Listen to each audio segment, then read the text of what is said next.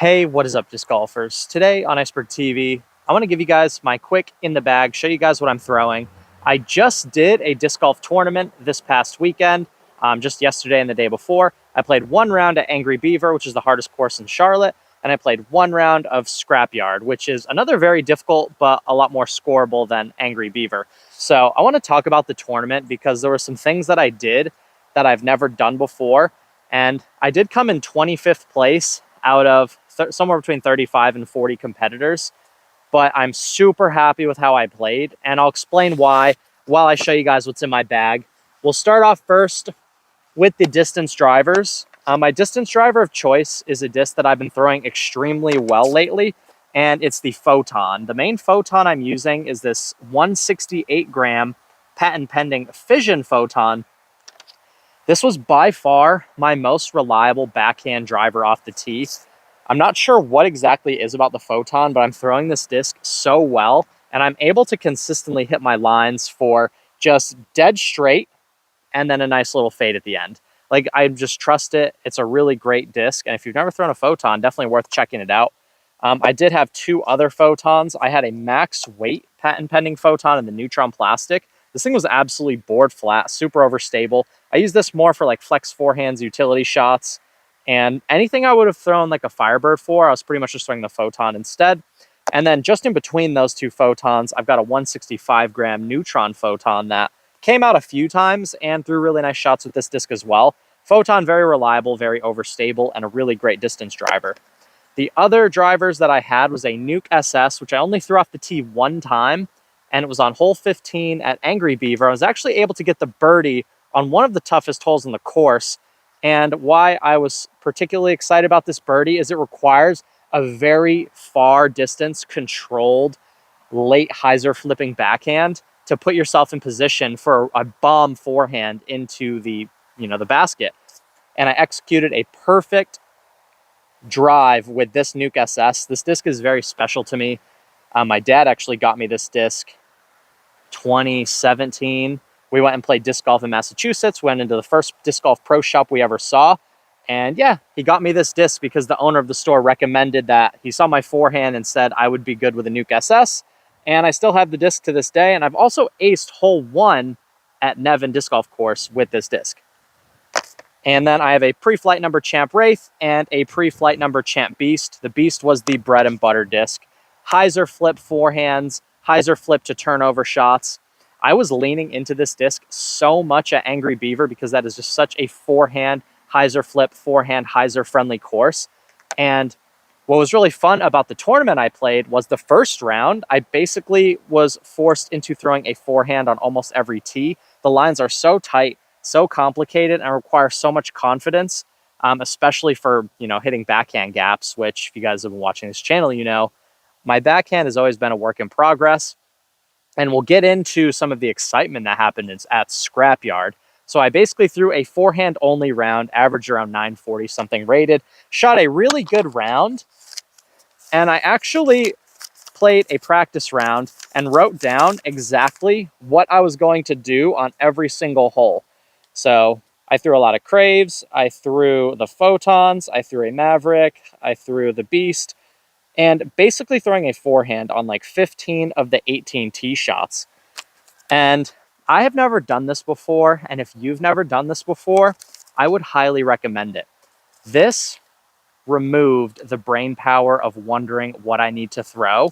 I went totally blank and said, whatever's on the sheet, I'm going to do it.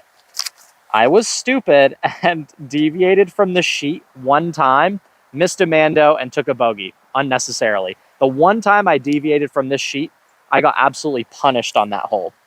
So if you've never done that before, especially if you've only played the course like a time or two, or it's a very difficult course, not having to think allowed me to just focus on my mechanics, stay loose, and stay comfortable and confident. Even if I didn't necessarily want to do this shot in that particular case, I was just letting the list dictate what exactly I was supposed to do. And yeah, the one time I deviated from it, I got in trouble. So if you've never tried this, I would recommend trying it. It's really good for your mental game. Now we'll move into the fairway drivers and utility discs. I was throwing for my overstable 9-speed the Kilo from XL Discs, just mega overstable flex forehand disc, flex backhands. It only came out a few times because I was throwing that blue photon so much. But this is like significantly more overstable than a Firebird in my opinion. And yeah, super reliable. I was throwing this F3 that Gannon Burr sent me. It's an old Katrina Allen 2012 US WDGC champion F3. Really great disc for hyzer flip shots that fade at the end. It's basically a slower version for me to the fission photon. This is basically a shorter flying fission photon.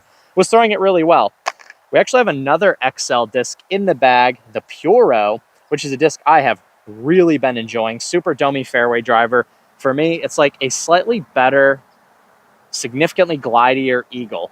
Think of an eagle like a -1, 2 eagle that goes extra far because of how domey it is. Feels really good in the hands, and I think this is going to be a disc that catches on.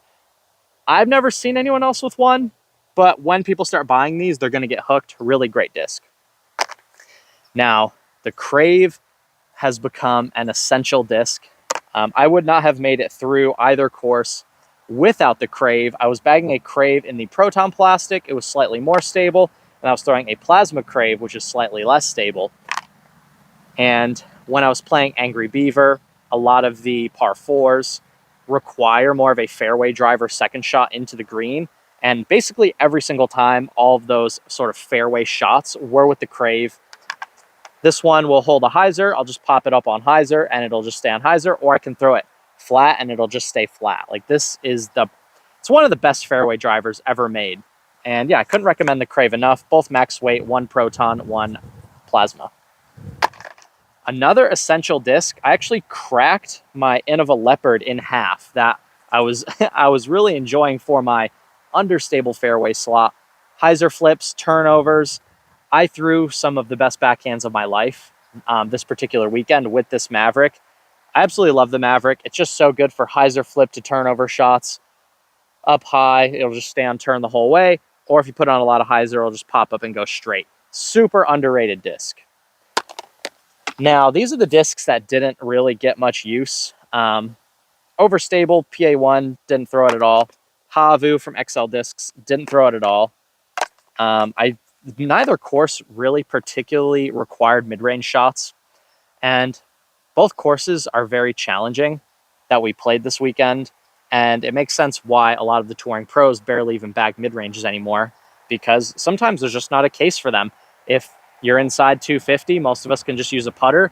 And if you're outside 300, most of us need to use like a fairway driver, especially if it's a difficult shot shape. But I was bagging an RPM Kotuku with the Pathfinder stamp, just flat top, overstable mid for flex shots and hyzers. I threw this, out of all my mids, I probably threw this one the most. My Z Discraft Meteor, it basically flies like the Maverick, except slower. I threw this only a few times. Little more stable than that. 20-year buzz, still a very flippy run of buzz, but I don't think I threw this one single time in the whole tournament. Horizon MD1, a little more stable than the 20-year. Didn't throw it one time. And then, yeah, the other two putters didn't throw. And then basically the most important discs in your bag are the putt and approach discs. I'm still putting with the Supreme Classic First Run Judge. Absolutely love these. Not a huge bead, but definitely a pretty substantial bead. They're just very straight, very glidey putters. I don't throw these off the tee at all, and I don't really approach the basket with them either. And then my two approach discs that got me out of trouble. Basically, every time I tried to get myself into trouble, these two discs were able to bail me out. I've got my super beaten K3 Castoplast Berg. I think I must have thrown this disc almost 40 times this weekend on every single upshot the entire tournament. I was throwing this disc. And then when I want a little bit more hyzer, a little bit less straight, the Supreme Saki Bomb Slammer. Super overstable, really reliable. I would have gone with the Zone Ringer, also known as the Zinger, but I don't believe it's PDGA approved yet, and I just didn't want to mix it up last minute. So I wound up using the Slammer, but once the Zinger is a PDGA approved disc, I will be switching to the Zinger. Now, what I want to talk about that was really exciting for me is I've always been a forehand dominant player with a heavily forehand driven game. And if I show up to a tournament and it's a forehand course, I've always had a chance to just go out and win. I've shot several 1,000 rated 1000 plus rated. I think I've shot even a 1036, 1034 rated round, but it was always on a forehand course. When it was a backhand friendly course, I'd be shooting like 910, 920 golf. Round one, Angry Beaver, I shot 8 over. It was 940 something rated. I threw all forehands basically. It was forehand after forehand after forehand. Not very interesting. Now on Scrapyard, all of this backhand practice that I've been doing over the last year, I guess, all these advanced mechanics I've been implementing, you know, all of the videos that I've been making about backhand tips, I've been implementing in my own game. And I have not really been playing a ton of rounds of disc golf. I've been doing a lot of disc reviews, tutorial, form videos, but I haven't really been out trying to learn how to score, improve my tournament abilities. I haven't been doing any of that. But on Sunday, yesterday, I threw almost all backhands off the tee and shot a 950 something rated round and had some silly mistakes. But anytime I threw a backhand off the tee, I was able to hit the gaps with confidence. But what was so exciting for me was that my backhand round rated higher than my forehand round for the first time in my entire life. And I'm so thrilled that, you know, I've been putting in all this practice and trying to dial in my form, and it's finally actually amounting to an improvement. Previously, playing all backhands, I would have barely been able to break a 900 rated round. Now I shot a 950 something rated round, and I missed a few putts, messed up a few upshots. So there was definitely 1000 rated round potential in this round, but I took a few bogeys late in the round that kind of messed it up. But I felt like I was shooting 1000 rated golf off the tee and then just messing it up on the upshots and the putting. So all this practice, learning from other YouTubers, learning from watching coaching videos, just staying on top of my form and correcting it, I'm finally seeing that skill ceiling go up. So when we tend to work on new things or improve the things that we're not good at, you tend to get slightly worse before you get better. And I've gotten slightly worse for a very long time now. And what I found this weekend was that feeling of finally getting better. And that feeling felt really good. It was just so awesome to finally feel like all this practice. I hadn't played a tournament in so long, like a serious, real tournament, that I had no idea how I was going to play. And I showed up and I was so happy with how I played.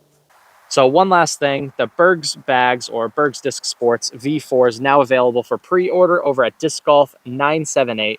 So yours will be a little bit different than this.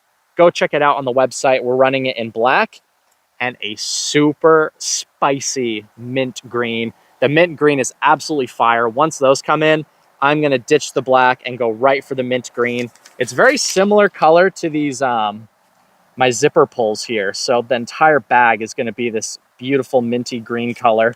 And I could not be more thrilled to be, you know, associated with Berg's Bags, Berg's Disc Sports. So go over to Disc Golf 978.